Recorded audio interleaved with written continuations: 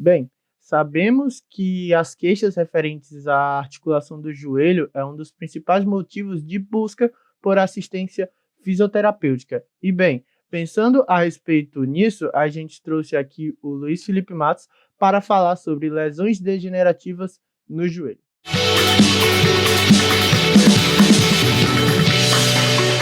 Bem, boa noite, Luiz Felipe, como é que você está aí? Boa noite, meu irmão. Boa noite a todos. Agradecer aí, primeiramente, pelo convite. Muito feliz pelo convite também. Parabenizar todos vocês pela belíssima atitude, pelo belíssimo projeto. A nossa profissão precisa justamente disso aí, de pessoas engajadas, pessoas que queiram realmente mostrar o verdadeiro valor da fisioterapia para toda a sociedade e também somar aí no aprendizado de vários colegas e também estudantes. A gente que agradece por sua participação. E, bem, antemente da gente dar início ao que você realmente veio aqui para discutir com a gente, a gente queria só saber quem é o Luiz Felipe Matos, qual é a sua origem com a profissão de fisioterapeuta, como você escolheu esse caminho, como foi um pouco da trajetória da sua carreira. Pronto, cara. Então, primeiramente, né, eu me chamo Luiz Felipe Matos, tenho 26 anos, me formei na Faculdade Adventista da Bahia no final do ano de 2017. E a minha escolha, cara, frente ao curso de fisioterapia partiu, né, de quando eu jogava bola em alguns clubes amadores aqui da minha região. E aí, como não deu para ser jogador profissional, né, eu queria estar no meio, queria estar naquele meio, tal, sempre tive essa vontade. E aí eu escolhi a fisioterapia, já de cara foi uma decisão assertiva, né, e estou aí super satisfeito e muito feliz com a minha profissão, né, e aí no caso eu formei no final de 2017 aqui no estado da Bahia, e logo após me mudei para São Paulo, onde eu fui fazer a minha especialização lá na Santa Casa de São Paulo, que foi uma especialização que eu tive o privilégio de ser aprovado lá no processo seletivo, e foi um ano assim que mudou totalmente a minha vida. Hoje, tudo que eu sei, todo o trabalho que eu desempenho e tudo que eu vou conquistar, né, daqui para frente na minha profissão, eu devo muito a esse ano que eu passei lá na Santa Casa, junto a tantos mestres aí que são referências na fisioterapia nacional. E hoje eu resido na cidade de Santo Antônio de Jesus, aqui também no estado da Bahia, né? Iniciamos também recentemente a nossa empresa de cursos, a MB Cursos, juntamente com um grande parceiro, o Eriston Barreto, com o intuito de levar o conhecimento, agregar valor, tanto a estudantes como também profissionais da fisioterapia. Então é isso. Você é o terceiro agora, a gente está fazendo coleção, né? Só o pessoal da Santa Casa. Eu vou até ligar direto lá pro diretor, depois você me passa o contato, porque aí depois que o Show de pessoal bola. terminar a especialização já vem para cá.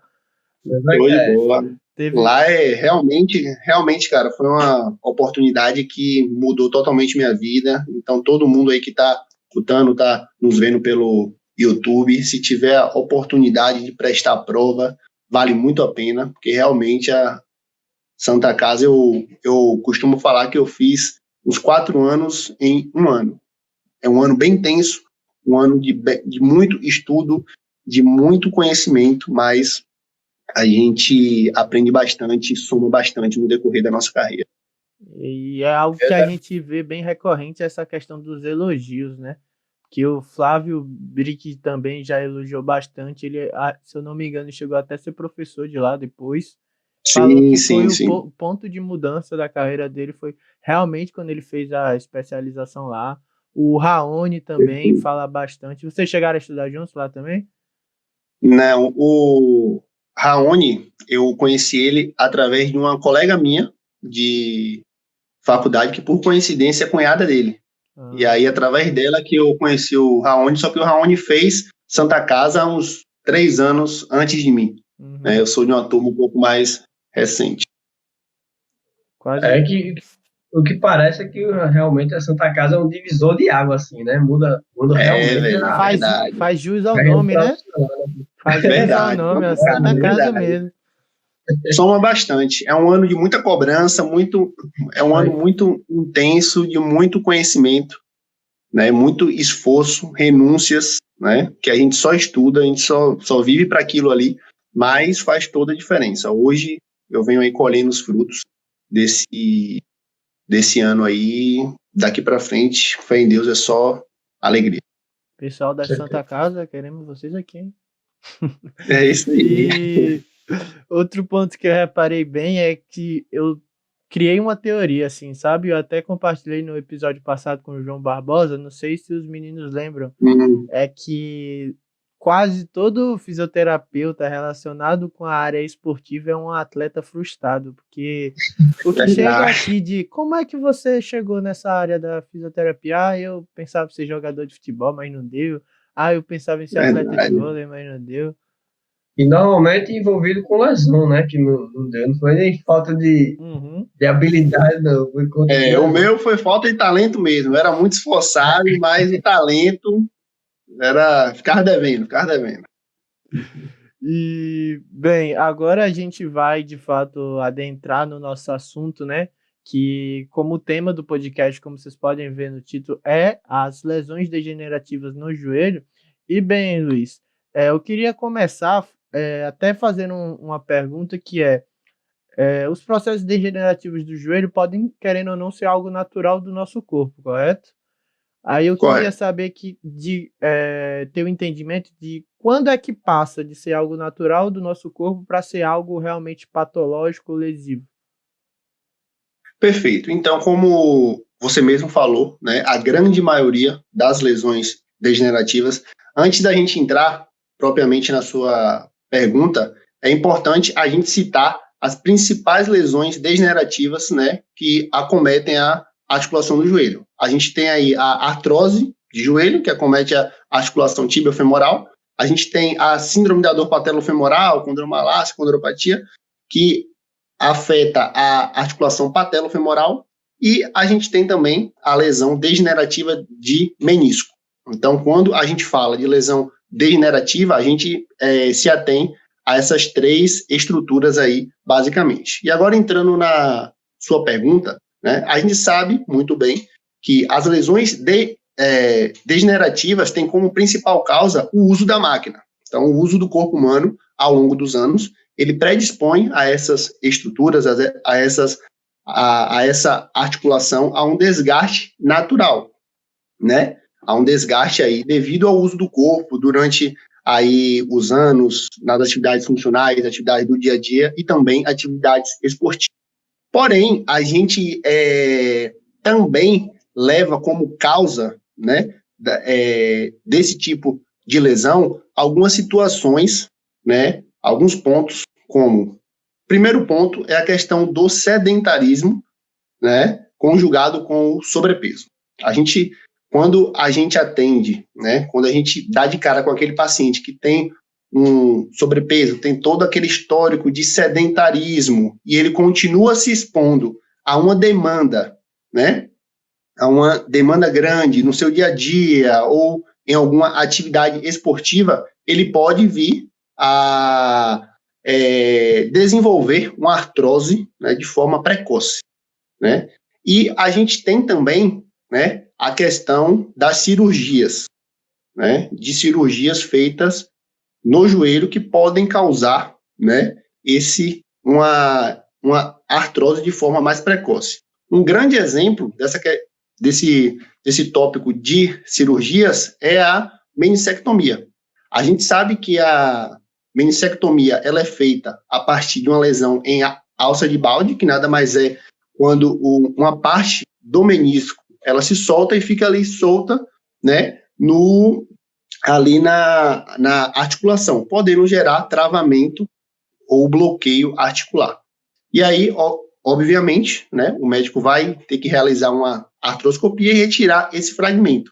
Só que no momento que esse fragmento ele é solto e ele é arrancado, uma parte, né, do menisco, ele não vai existir mais. Então, aquela região, né, que não tem mais menisco, porque o menisco ele funciona como um amortecedor, né? A absorção de choque é a função primordial. Então, quando não tem mais aquela parte do menisco, aquela região ela vai estar, né? Ela vai ter uma área de contato reduzida. Então, quando a gente tem uma diminuição da área de contato, logo a gente tem um aumento da pressão articular. E esse aumento da pressão articular nessa região, né, que ocorreu essa alça de balde, pode predispor esse paciente a uma artrose mais precoce, né? Quando a gente fala nesse público, é aquele público mais jovem, aquele público, né, mais ativo, né, que devido a um trauma sofreu uma lesão em alça de balde e teve que ser submetido a uma cirurgia, né? Um outro ponto também são as lesões de ligamento cruzado anterior, né, que por opção ou até mesmo por uma boa evolução do paciente no tratamento pré-operatório, ele chega após uns 4 meses sem instabilidade funcional, e aí, junto com o fisioterapeuta, é optado o tratamento conservador, né? Então, esse paciente ele pode desenvolver também, né? Pacientes que realizam um tratamento conservador pode desenvolver também um quadro degenerativo de forma precoce. Então, a gente vê muito bem associado, né, esses tipos de lesões a grupos específicos, não é? E uma maneira da gente combater é evitando justamente que você se adeque a esses grupos, como, por exemplo, a própria questão de se manter ativo e a questão do exercício físico, que é algo que a gente sempre bate na tecla, porque a gente sempre escuta, desde a faculdade, que é quanto antes você procurar assistência fisioterapêutica, mais cedo vai ser melhor, vai ser mais benéfico e muito provavelmente vai ser mais propício de se evitar um caso cirúrgico. Perfeito. Porém, a melhor forma e o mundo ideal existente é que você não precise nem realmente procurar assistência fisioterapêutica. É justamente você fazer a questão de se manter ativo, realmente fazer a questão de ter uma naturalidade, de ter no seu cotidiano a questão das atividades físicas. E aí é outro ponto até que o Giuseppe pode falar melhor essa questão da conversa, porque já entra também um pouco do campo da educação física. Assim, a gente sabe que quem pratica atividade física, pessoas fisicamente ativas, mesmo que elas precisem passar por alguma cirurgia, seja a cirurgia qual for, problema fisiológico, articular, enfim, ela consegue se recuperar dessa cirurgia mais rápido que pessoas sedentárias. Então, daí a gente já tira a importância da atividade física na vida da gente, né? Perfeito. E também, né, esse exemplo que você deu aí, a gente coloca muito bem ele quando a gente fala na adesão do tratamento pré-operatório do ligamento cruzado anterior. Não é muito nosso tema, mas vale a pena a gente trazer esse exemplo. Por quê? O paciente que ele faz um bom tratamento pré-operatório com base em normalização da amplitude de movimento, aumento da ativação muscular que vem através do exercício, ele evolui muito melhor no pós-operatório. Já aquele paciente que não faz nada, que fica sedentário, vamos dizer assim, ele vai ter algumas dificuldades ali no pós-operatório inicial, né? Então, só um exemplo aí que cai muito bem quando a gente fala aí de pacientes com lesões do joelho. A importância, né, do exercício específico para prevenir, né, algumas condições nessa articulação e nessa população. Nesse caso, até se você não realizar o pré-operatório, é mais maléfico ainda, porque às vezes você está com muita dor, o local inflamado, então, querendo ou não é algo, nem que você fique sedentário, o joelho acaba ficando inutilizável nesses casos. Né? Perfeito, justamente, isso aí. E Luiz, você falou das 3 principais patologias a respeito de lesões degenerativas, não é mesmo? Que foi a artrose, a, a questão Síndrome da dor patelofemoral e a degeneração de menisco, não foi? e menisco. Correto, correto. Certo. A gente já pode imaginar na nossa mente escalas diferentes entre elas. E acho que até então você pode ordenar por quais podem ser mais prejudiciais e querendo ou não, acho que na nossa cabeça já vem. Mas quais são as principais diferenciações entre esses 3 tipos de patologia? A forma como você vai coordenar o tratamento do seu paciente. Claro que vai depender muito da questão do nível que ele chega para você, mas dentro do seu cotidiano e do seu dia a dia, tem muita essa diferenciação do tratamento para essas 3? Então, perfeita pergunta, muito legal. Então, quando a gente fala em artrose, síndrome da dor patelofemoral e lesão degenerativa do menisco, né, toda a comunidade científica, todos os estudos científicos mostram que o tratamento mais efetivo para esses 3 tipos de lesão, né, é o tratamento voltado a exercício específico, né, tanto exercício específico como gerenciamento da dor, né, que a gente vai falar um pouquinho mais para frente, né, como é que a gente realiza o manejo da dor. Eu gosto de chamar de manejo da dor. Por quê? Esse perfil de paciente, ele não pode estar sentindo dor durante o dia a dia dele. A gente tem que diminuir muito a incidência de dor nesse paciente. Por quê? Toda vez que esse paciente pisa e ele sente dor, toda vez que esse paciente sobe, desce degrau, ele sente dor, isso vai gerar mais inibição. E mais inibição gera mais incapacidade funcional, o que leva o paciente a um quadro de sedentarismo. E aí ele fica naquele ciclo vicioso. Então, a gente tem que quebrar esse ciclo, né? A gente vai falar um pouquinho mais à frente como é que eu costumo quebrar esse ciclo.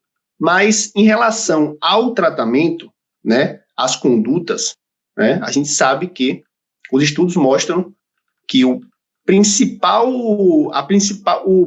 ponto que a gente tem que realizar com esses pacientes com essas três patologias é justamente o exercício específico, tanto dos estabilizadores proximais, que é o quadril, né, como também da musculatura da coxa, né, principalmente o quadríceps. Mas por que o quadril? Porque lá no artigo do Powers, ele mostra o seguinte, que a fraqueza do complexo posterolateral do quadril, a partir do momento que esse paciente ele fica em apoio unipodal, né, isso vai gerar uma adução da pelve, uma queda da pelve. E essa queda da pelve, né, vai gerar uma rotação interna do fêmur e um valgo do joelho. Nesse valgo do joelho, ocorre, por exemplo, uma diminuição da área de contato da articulação patelofemoral. Consequentemente, dor, né? Consequentemente, mais irritação. Então, por isso que a gente tem que trabalhar bastante a musculatura proximal, né? E também a musculatura do quadríceps, que é o conjunto de músculos que vai agir em cima aí do complexo extensor do joelho, vamos dizer assim. Porém, quando a gente fala em avaliação, aí a gente tem algumas diferenças. Por quê? Né? Quando a gente fala em avaliação das lesões degenerativas do joelho, né, a gente vai... o primeiro ponto é o seguinte, aquela questão que antes, né, pelo menos na minha época de faculdade, a gente aprendeu o seguinte, que existiam testes específicos para diagnosticar, por exemplo, uma dor patelofemoral, uma condromalácia patelar. Um exemplo disso é aquele teste de Clark. Não sei se vocês sabem qual é, né? Que o fisioterapeuta empurra a patela para baixo e pede para o paciente contrair o quadríceps. Só que aquele teste vai dar positivo em todo mundo. Pô. Todo mundo vai sentir dor. Logo, ele não é nada efetivo. Então, quando a gente fala em avaliação, né? Tanto da síndrome da dor patelofemoral e artrose de joelho, a gente leva mais, né, para um lado funcional, uma avaliação funcional. Então, o guideline de dor patelofemoral, por exemplo, ele traz bastante essa ideia de uma avaliação funcional. Então, quais são os testes funcionais que são padrão ouro para diagnosticar, né, para levar a gente a um possível diagnóstico de síndrome da dor patelofemoral naquele paciente. Um exemplo disso é o agachamento. Então, você pedir para o paciente fazer um agachamento e pedir para ele relatar se ele sente dor ou não. O outro ponto, né, que é muito importante, é em relação ao sinal e o sintoma do paciente que tem dor patelofemoral. O paciente que tem dor patelofemoral, a síndrome da dor patelofemoral, ele não vai conseguir apontar no joelho aonde é a dor dele. Isso é muito importante. É um sinal que é muito importante. Quando o paciente tem uma síndrome da dor patelofemoral, você pergunta a ele aonde é que dói. Ele vai sempre mostrar com vários dedos. Nessa região então ele nunca aqui. vai... Isso, essa região aqui, ó, ele vai mostrar algo mais espalhado. Ou ele vai falar, ó, dói lá dentro do joelho, um negócio lá dentro. Ele não consegue delimitar, como, por exemplo, né, uma lesão mais de cunho degenerativo do menisco, onde ele aponta mais na região da interlinha articular. Ou do menisco medial, que é a interlinha medial, ou o do menisco lateral, que é a interlinha lateral, né? Então, a síndrome da dor patelofemoral, ela tem muito essa característica de dor mais espalhada, de uma dor mais dentro do joelho. Porém, a avaliação, né, é muito parecida com a da artrose. A gente expõe esse paciente a algumas demandas funcionais, como agachar, subir e descer degrau, né? É importante, né, a gente realizar esses testes. E também tem um teste que eu gosto de realizar muito, um teste funcional nos pacientes com artrose, que é o TUG test, é o Time Up and Go, onde a gente coloca o paciente sentado, né, pede para que ele levante, percorra 3 metros, retorne, né, e sente novamente na cadeira. E aí a gente vai cronometrar o tempo, né? Então eu realizo esse teste tanto no momento da avaliação, no meio do processo de reabilitação, após alguns atendimentos, e lá no final, quando eu já classifico esse paciente apto para alta, para a gente ver, né, se a função dele melhorou. Porque se esse paciente percorreu essa distância com um tempo menor, denota-se que ele ganhou mais força muscular, né? Ele teve uma melhora funcional muito boa, né? E isso indica que esse paciente evoluiu, né? E quando a gente fala de lesão degenerativa do menisco, né, quando sintomática, é claro, o tratamento é basicamente o mesmo, né, voltado para gerenciamento da dor e exercício específico. Tem até um guideline que ele compara a artroscopia, né, com o tratamento conservador. E foi visto que a artroscopia não é melhor que o tratamento conservador em lesões degenerativas de menisco. Logo, é muito mais propício ele realizar o tratamento conservador, né? Porém, na avaliação desse tipo de lesão, a gente volta mais para a questão que eu gosto de chamar do mapa do joelho, onde a gente vai palpar estruturas chaves da articulação do joelho, né, ali da região anterior do joelho, e a gente palpando a região da interlinha articular, esse paciente referindo dor à palpação, que é um teste altamente sensível, né? O que é um teste sensível? Aquele teste que tem a probabilidade de apontar quem tem a lesão. Logo, se eu palpo a interlinha medial, a interlinha articular medial, muito provavelmente esse paciente tem alguma sobrecarga, algum acometimento no menisco medial, né? Então, a grande diferença fica aí na questão da avaliação, né? O tratamento acaba sendo aí a mesma linha, o mesmo pensamento. Até pegando nesse gancho da avaliação que você falou, é algo que eu venho notando muito, que ao longo desses últimos anos a gente tem tido uma grande mudança nesse tipo de avaliação, que é claro que os testes ortopédicos têm sua grande importância, mas muitas vezes a gente está vendo que eles estão sendo um pouco deixados de lado e a gente está entrando mais numa avaliação funcional, associada também ao que o seu paciente está falando, ou seja, associado à história clínica, à história daquele paciente, à história patológica dele, o que ele fala para a gente. Então, a gente associando tudo que ele fala e, claro, quem tem mais experiência na bagagem, escutando, ele tem esse tipo de dor, então lembra que, isso é associado com aquele tipo de lesão, e associando isso a essa avaliação realmente de forma funcional, vejo que, tipo, tá tendo essa transição nesses últimos anos. Perfeito, perfeito. Tá sendo, tipo, bem notável que isso vem acontecendo. E agora, indo para outro gancho de pergunta, você falou, e é algo que a gente também bate aqui, que é a questão dos exercícios físicos como a melhor forma terapêutica, não é? E nesse caso, no caso de lesões degenerativas, e para ele vir para nós, quase sempre, 99% das vezes, eles estão sintomáticos, eles estão com essa dor. Então, creio eu que um dos maiores desafios, e é o que a gente tem que propor para o paciente, é justamente que ele faça o exercício, e que muitas vezes o exercício é aquele movimento que ele sente dor, mas que ele tem que fazer, só que fazendo com que a gente tire a dor dele durante aquele exercício, não é? Que é justamente onde a gente vai ter a questão da ativação muscular e, a médio prazo, assim, uma possível diminuição da sobrecarga articular ali na questão do joelho.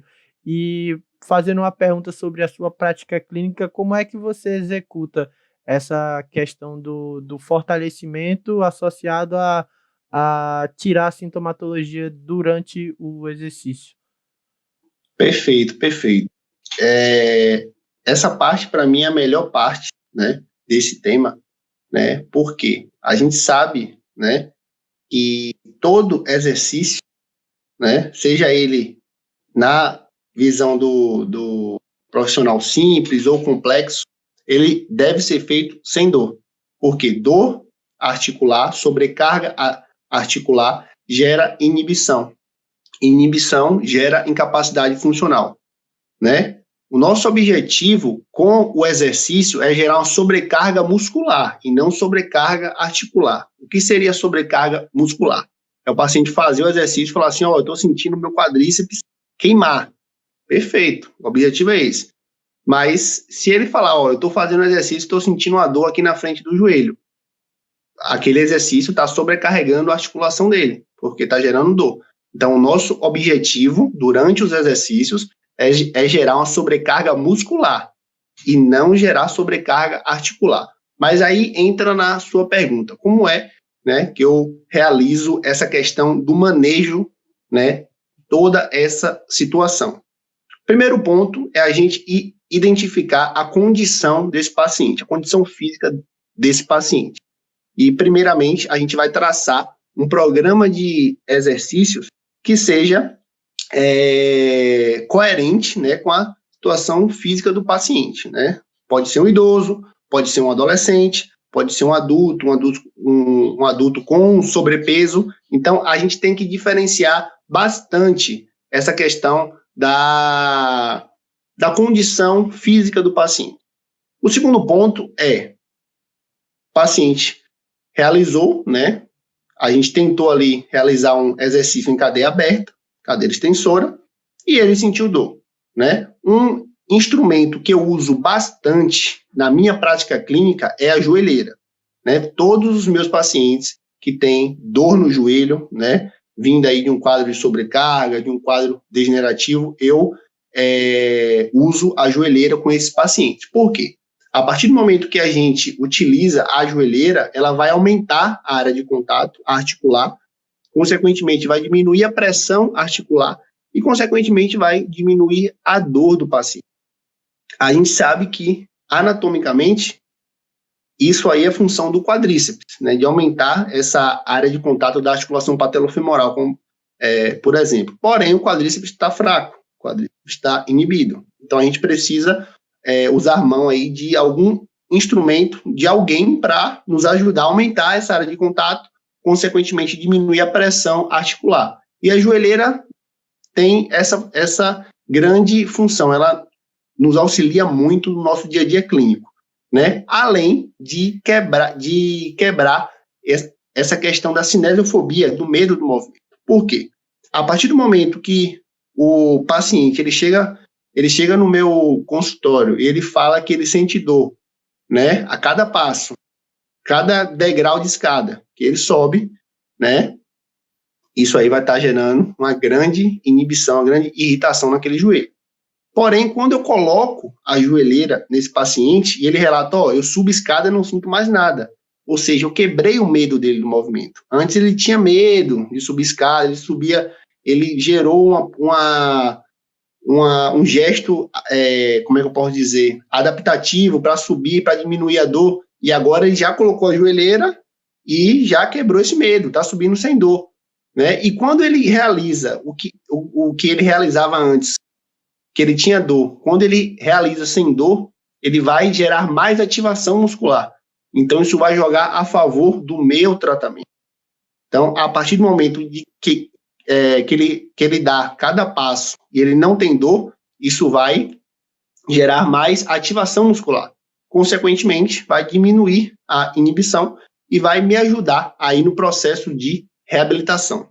Então, a joelheira é, assim, muito importante mesmo. Todos os meus pacientes, eu passo, né, eu uso a joelheira, inclusive na avaliação, eu realizo testes provocativos para que ele possa realmente, né, que a dor dele possa se mostrar, e logo após eu coloco a joelheira ou a faixinha e peço para que ele realize os mesmos exercícios, os mesmos movimentos provocativos, para a gente ver se alterou ou não essa referência de dor. Alterando, esse paciente é um paciente que tem, né, indicação para usar essa joelheira.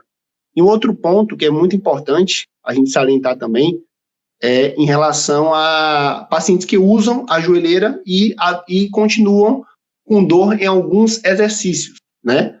Como, por exemplo, você colocou a joelheira, né, diminuiu a dor dele um pouco, só que ele ainda sente dor na cadeira extensora, ele não consegue ficar nem em isometria, aí você vai para cadeia fechada, né, ele consegue fazer alguns exercícios em cadeia fechada, em isometria, tal, eu utilizo também a eletroestimulação em pacientes que estão muito sintomáticos, pacientes que não conseguem, né, fazer um exercício mais com uma boa qualidade, vamos dizer assim. E aí, a partir disso, você vai no feeling do paciente. O paciente vai evoluindo e você vai vendo isso aí.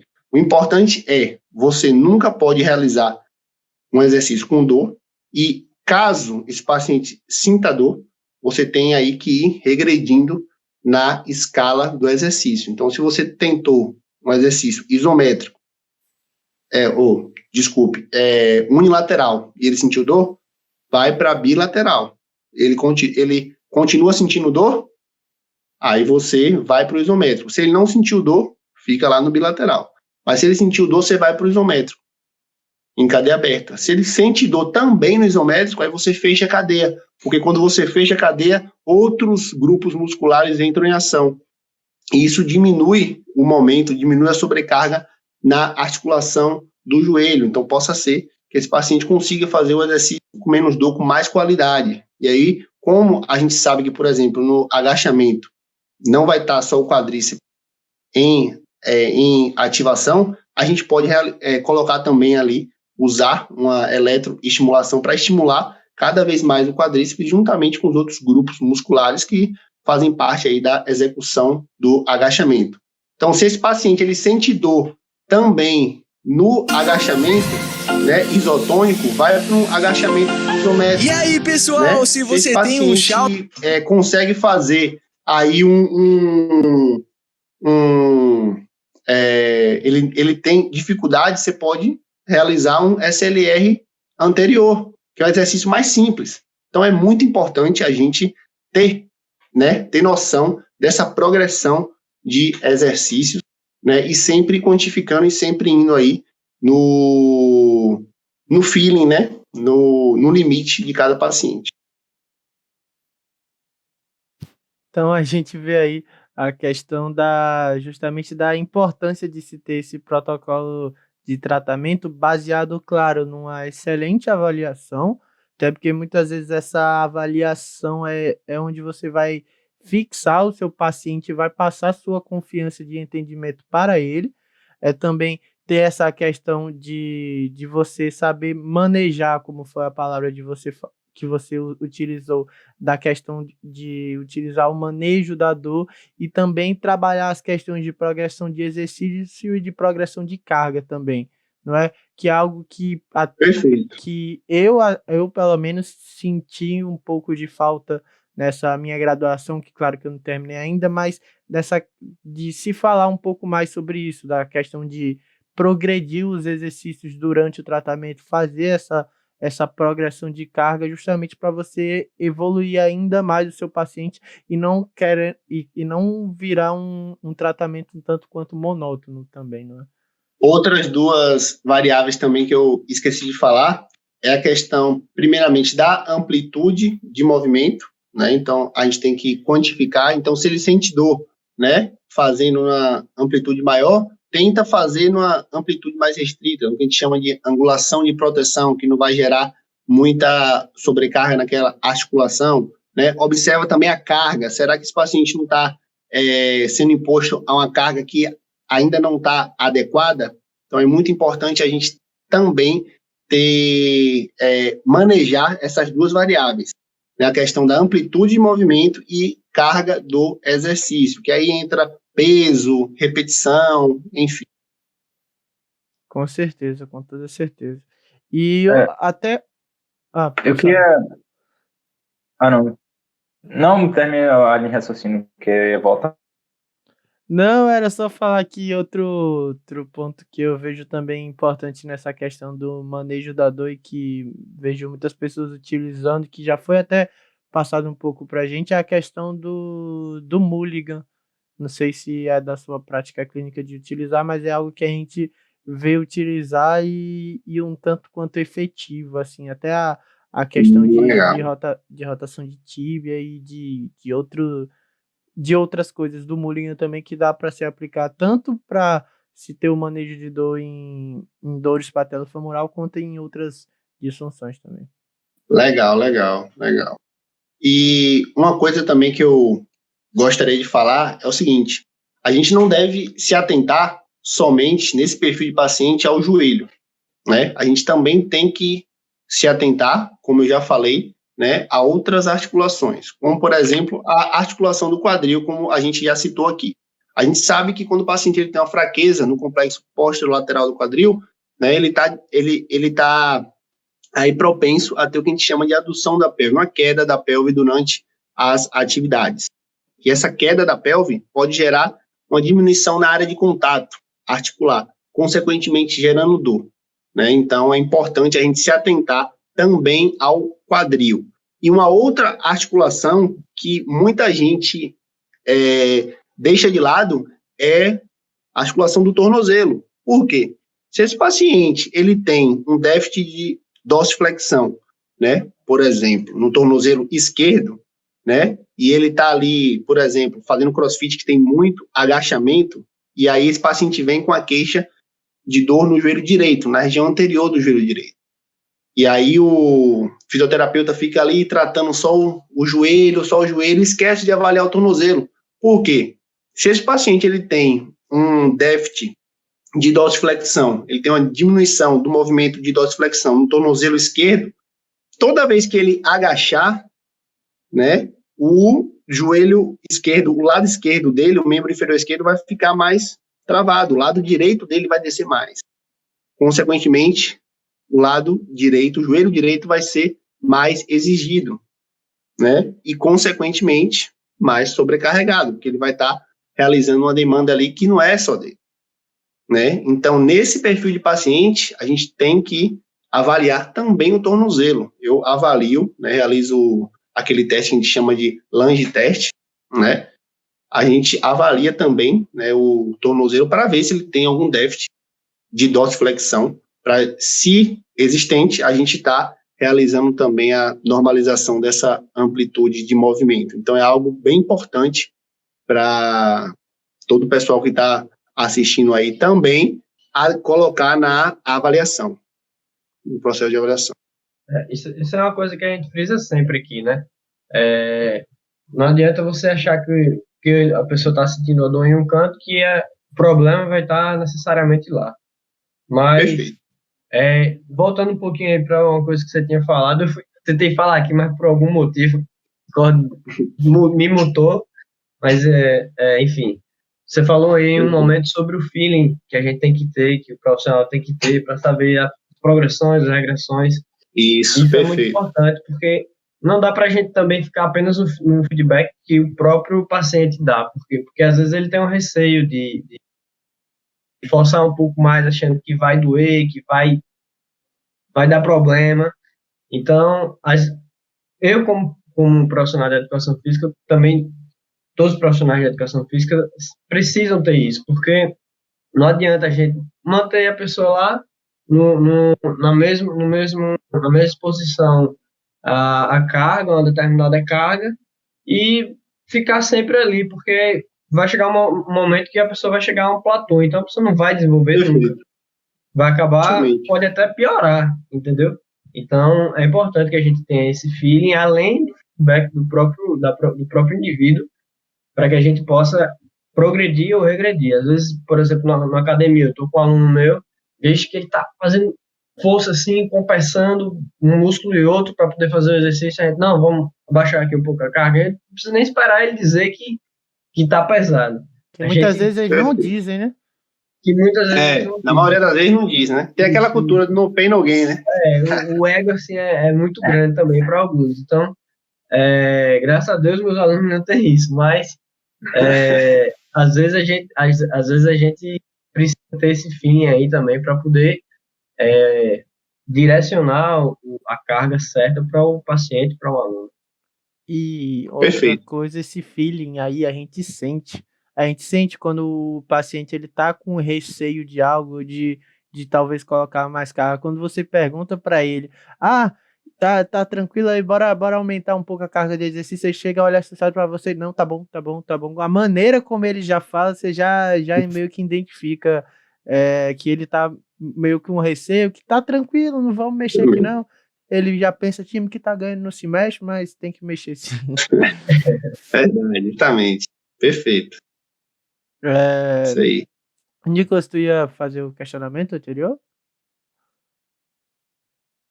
Eu ia acabar voltando um pouquinho e aproveitar aquele gancho que tá falando sobre os manejos em relação à dor, né, do paciente. Que eu tinha até pensado que me surgiu uma dúvida que era mais entrando na pauta de atleta, porém eu vi que isso também entraria também em pessoas comuns, né, pessoas, questão de serviços laborais, que era questão de manejo, tipo, relação ao atleta, ou seja, atletas que necessitam de estar correndo, né, ou seja, futebol, corredores de rua, né, apresentando esse tipo de quadro álgico, apresentando aquela dor, né, no joelho, e também pessoas que fazem serviços laborais que necessitam ali de exercer, né, mover cargas e tudo Perfeito. mais. E que eles não poderiam parar durante muito tempo, talvez até nem parar no caso de serviço laboral, né? Aí, tipo, como é que funcionaria esse manejo dessa dor? Porque, né, como ele não... Às vezes você não quer dar realmente um repouso 100%, mas Legal. como é que funcionaria esse manejo? Perfeito. Primeiramente, né, quando a gente fala do atleta, né, a gente só afasta o atleta da atividade física em último caso, porque se a gente afastá-lo, ele vai entrar em um processo de destreinamento. Isso é péssimo para a gente na reabilitação, né? O segundo ponto é o seguinte, que, por exemplo, a joelheira, o uso da joelheira, a grande importância, né, vamos ser bem sinceros aqui, da joelheira, é muito mais no dia a dia do paciente. Por quê? Vamos supor que esse paciente ele passe comigo na fisioterapia 2 horas por semana, 2 atendimentos. Só que a semana tem 168 horas, 7 dias. Né? Então, se ele passa comigo 2 horas realizando os exercícios sem dor e ele fica todo esse restante de horas semanais sentindo dor, ele não vai evoluir.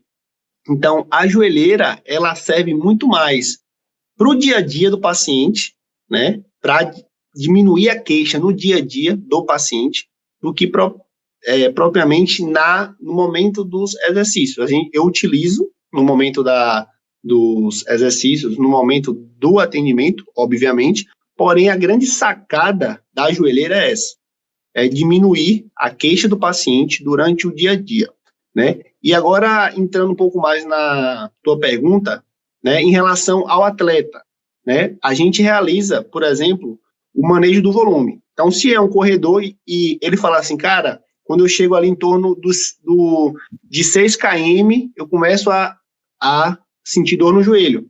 Então, a gente diminui o volume.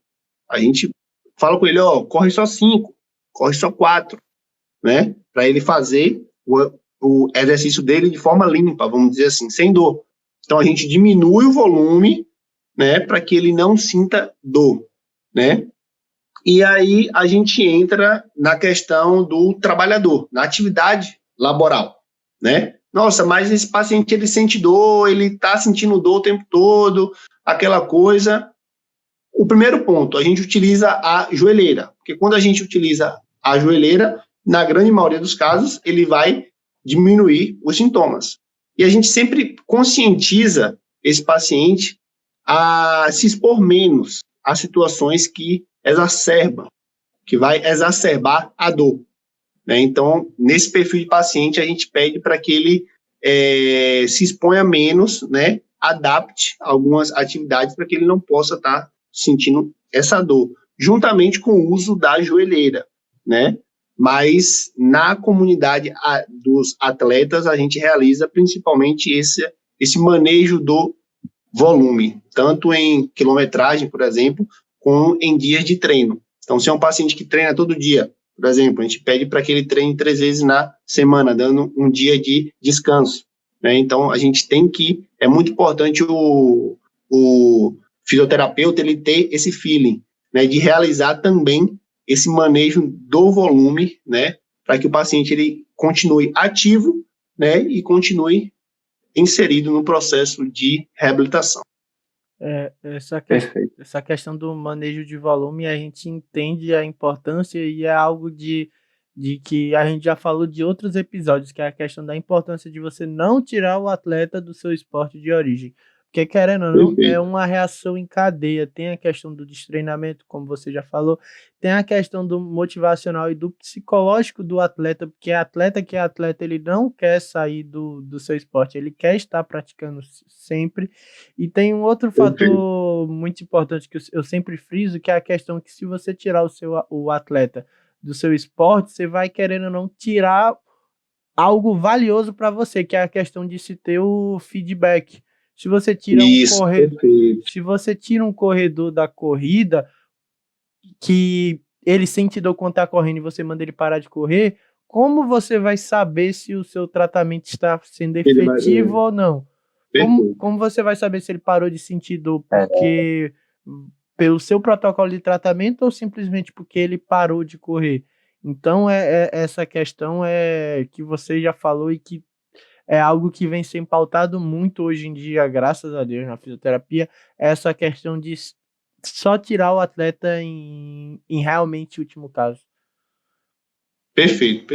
E se aplica a atletas recreacionais também, né? Porque não precisa você ser de alto nível para você gostar do esporte e se dedicar ao esporte.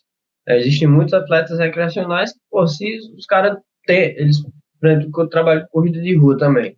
Então, os caras treinam duro para fazer uma maratona, uma meia maratona, e aí se surge uma dorzinha aqui, o fisioterapeuta vai lá e diz, para.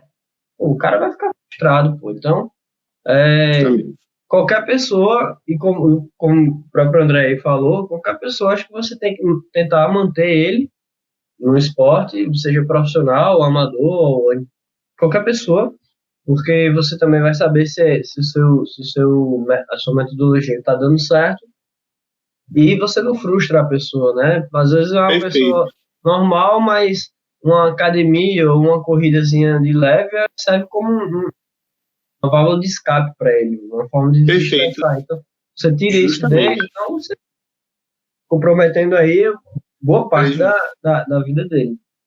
Perfeito. E é importante também, eu já atendi alguns pacientes que eles sentiam dor, né, logo no início da corrida. Eles trotavam e já sentiam dor. Nesse perfil de paciente, o que eu faço? Eu peço para que ele caminhe, né, que ele realize caminhadas, né, pelo menos nesse período inicial, mas que ele não fique parado. Então, se ele sente dor no joelho, né, ali no início da corrida, só que ele consegue realizar uma caminhada, né, de forma limpa, sem dor, a gente pede para que esse paciente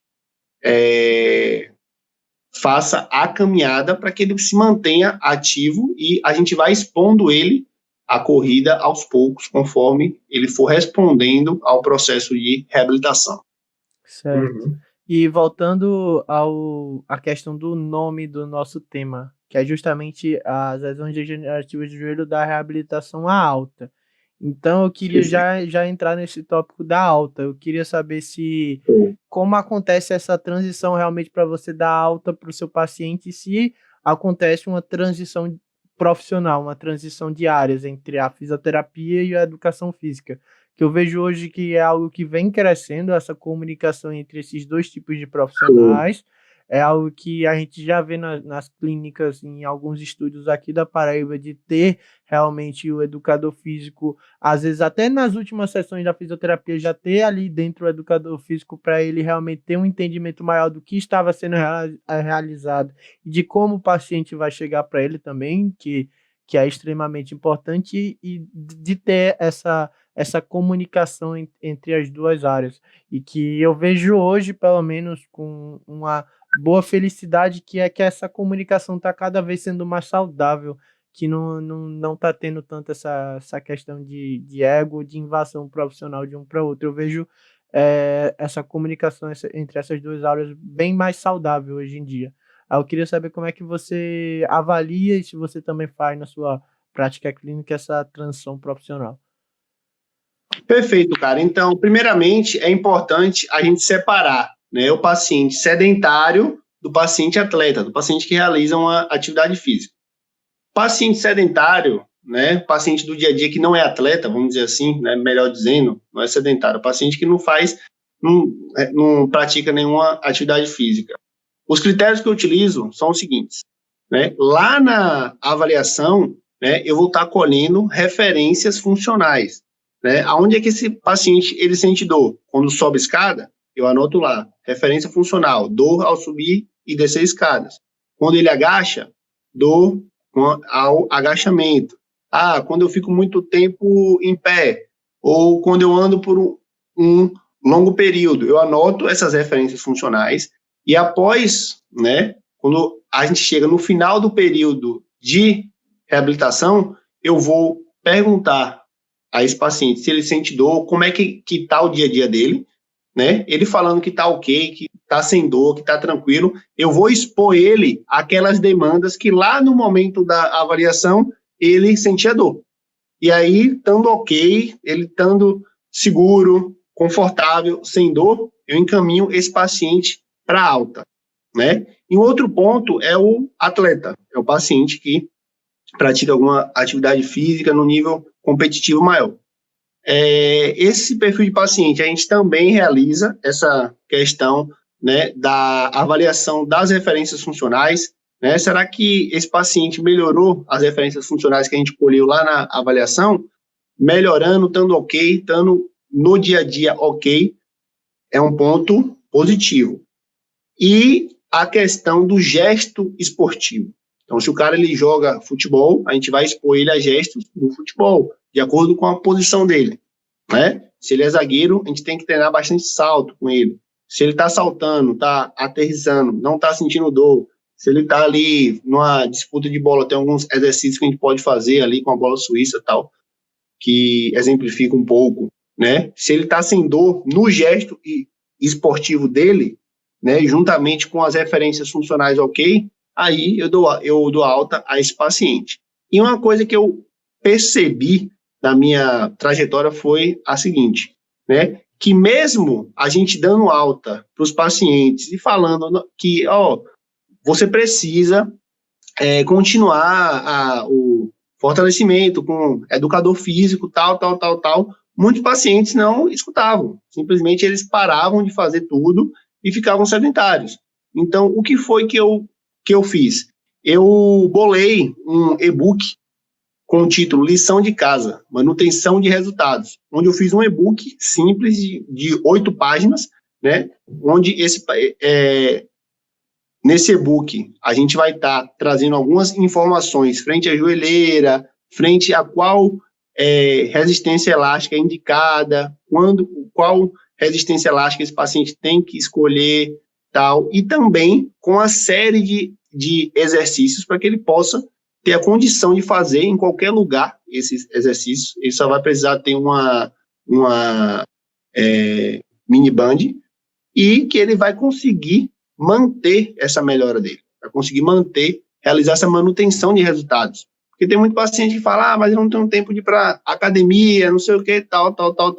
Então, a gente disponibiliza para os pacientes que recebem alta do nosso programa de reabilitação, a gente disponibiliza esse e-book para que ele possa realizar os exercícios aí em casa ou na academia, em qualquer lugar, né, que for melhor para ele. Então, é basicamente isso aí. Perfeito. Então, até falando sobre todo esse contexto que a gente discutiu até aqui, eu acho que é algo muito importante de ser falado, de ser exposto, porque hoje em dia já é menos, mas até um tempinho atrás, curto, e até hoje ainda se tem um medo quando se fala da palavra degeneração no joelho, quando se fala, você tá com... Sim. Quando o médico passar, você tá com condromalácia patelar, você... desgaste da cartilagem e tal, é irreversível, já se tem um susto muito grande o paciente nessa hora, e acho que é muito importante a gente justamente quebrar essa barreira do medo dele, quebrar esse medo de, como você falou, quando se tem uma cinesiofobia, que eu encaro muito como uma evitação de movimento. Ele sabe que aquele movimento ali vai sentir dor, então ele não vai até ali, ele evita um pouco, e isso gera uma reação em cadeia muito maior, e pode gerar até problemas no membro contralateral, por questão de ele trabalhar mais do que o outro. Então, essa questão da gente quebrar essa barreira do medo e de a gente mostrar, o exercício físico é a melhor estratégia, e se você se manter ativo, é melhor ainda. Por quê? Porque você está fazendo exercício aqui comigo há 3, 4 sessões e não está sentindo dor para fazer isso. Então, se você fizer isso ao longo da sua vida, tipo algo no seu cotidiano, você encaixar bem algo que você gosta de fazer, querendo ou não, vai ser algo que você não vai precisar voltar aqui para isso, vai ser um problema menos. Então, a gente ter essa conversa com ele, a gente quebrar essa barreira do medo, eu acho que é um dos fundamentos mais importantes que a gente tem que ter em pacientes com dor patelofemoral, realmente. Justamente. Então, essa crença, né, que a degeneração, que o desgaste articular, os pacientes pegam ali a ressonância e tal, e ficam realmente assustados, né, com a quantidade de achados radiológicos que eles veem ali naquele exame. Porém, a gente tem que informar aos pacientes, né, educar os pacientes, trazer informação para os pacientes, que é o seguinte: o processo degenerativo articular, ele é comum, ele faz parte de todo o processo, porque é o uso da máquina. Então, se você tem artrose, se você tem 60 anos, você tem artrose, isso é um sinal normal, mas não quer dizer que você vai ter artrose e que você vai ter dor.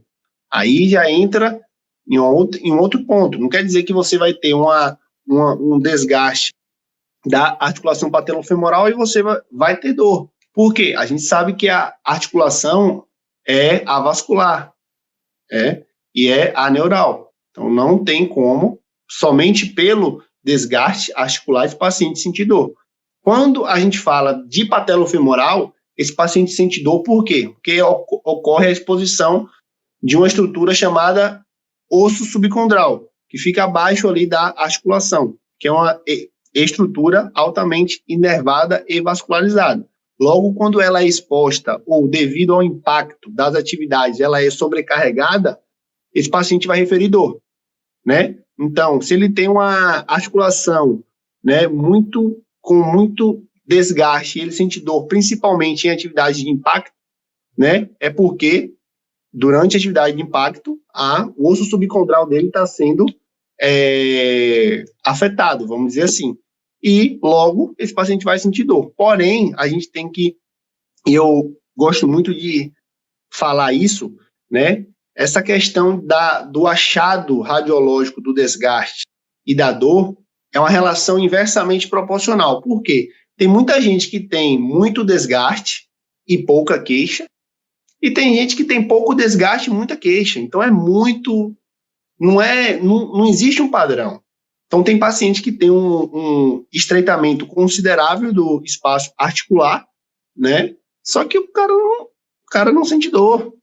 E tem uma pessoa que não tem nem estreitamento do espaço articular e morre de dor no joelho, né? Aí entra também a questão da avaliação das estruturas adjacentes. Será que essa dor está vindo realmente desse desgaste articular ou está vindo de uma outra estrutura, né? É importante também a gente realizar o mapa do joelho com esse pensamento, da gente identificar, né, pela palpação, se há uma sobrecarga na gordura de Hoffa, se há uma sobrecarga no tendão patelar, no tendão da pata de ganso.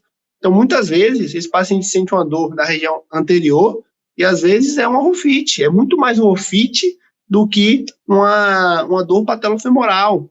Às vezes, esse paciente sente uma dor no compartimento medial e é muito mais uma sobrecarga do tendão da pata de ganso do que simplesmente o estreitamento, uma artrose no compartimento medial.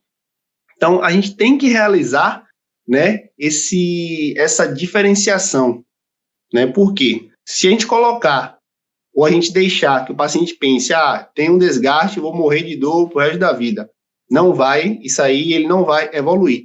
E eu costumo dizer também o seguinte, que a gente tem que ser assertivo, tem que mostrar o resultado na lata, na hora. Por quê? Porque o cara, ele chega no consultório achando que você vai fazer choquinho, que você vai usar ultrassom, e nesse tipo de lesão isso não resolve. Isso já é comprovado que isso não resolve. Então, como é que a gente vai convencer esse paciente que ele vai precisar fazer exercício se ele sente dor ao subir escada? Aí é que entra a grande sacada da joelheira.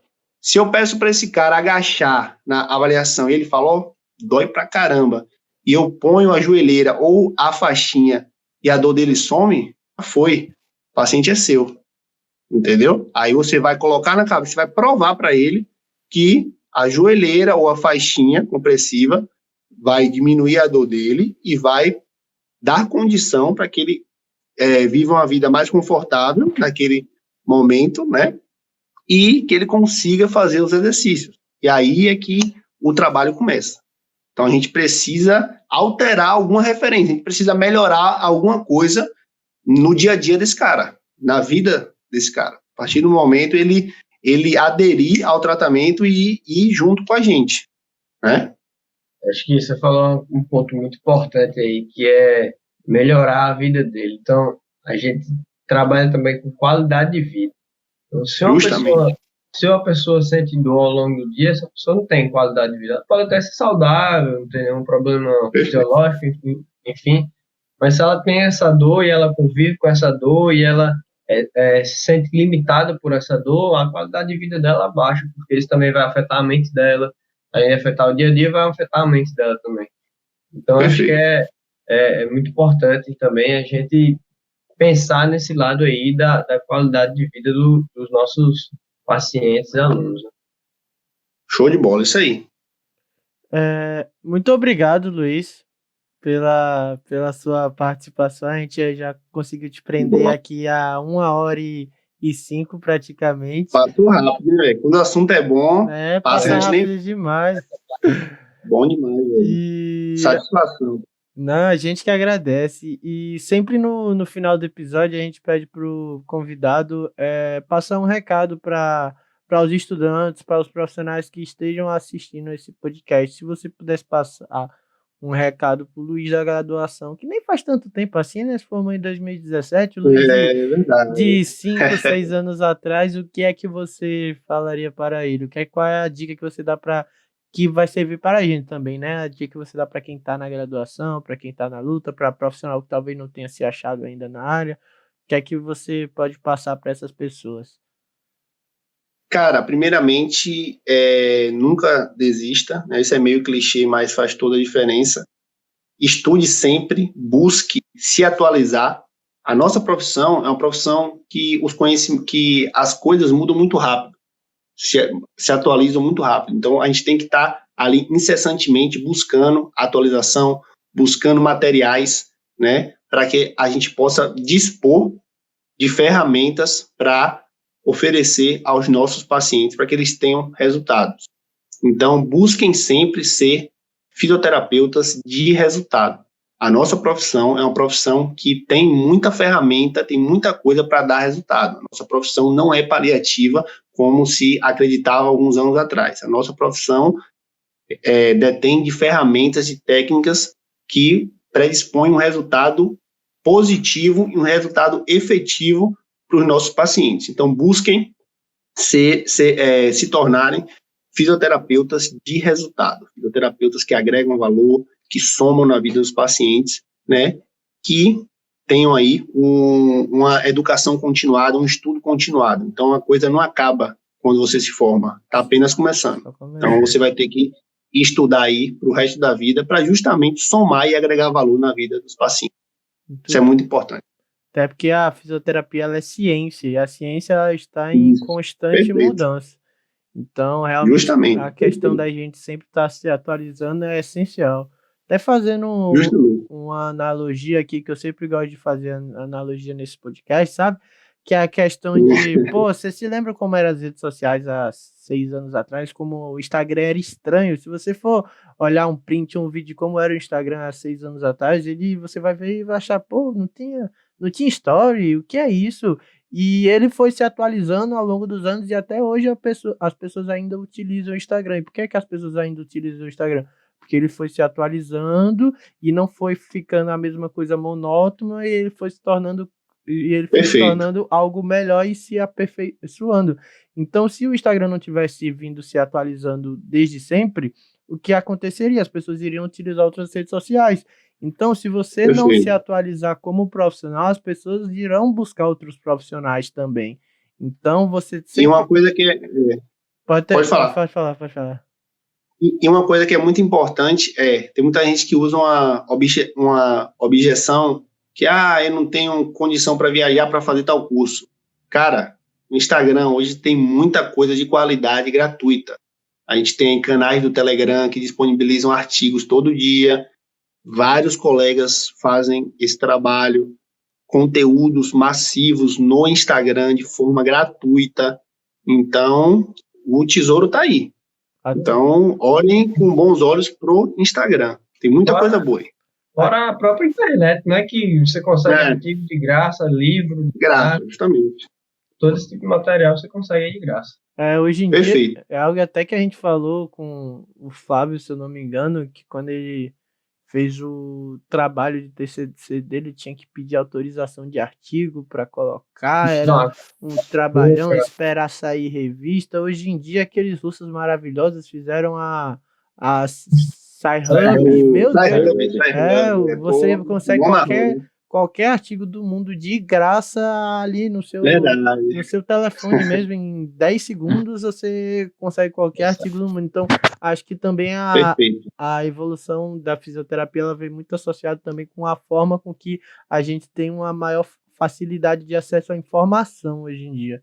E que a gente tem que utilizar esse acesso à informação de uma maneira adequada também, porque também tem muita coisa que não convém muito guru, então realmente você tem que encontrar aquele conteúdo realmente que é de qualidade, aquele profissional com que você confia e, como a gente sempre fala aqui, trabalhar baseado em evidência. Você tem que estar com a evidência embaixo do braço para você poder trabalhar e associar tanta evidência com a sua prática clínica. Aí sim você realmente vai ter resultados efetivos.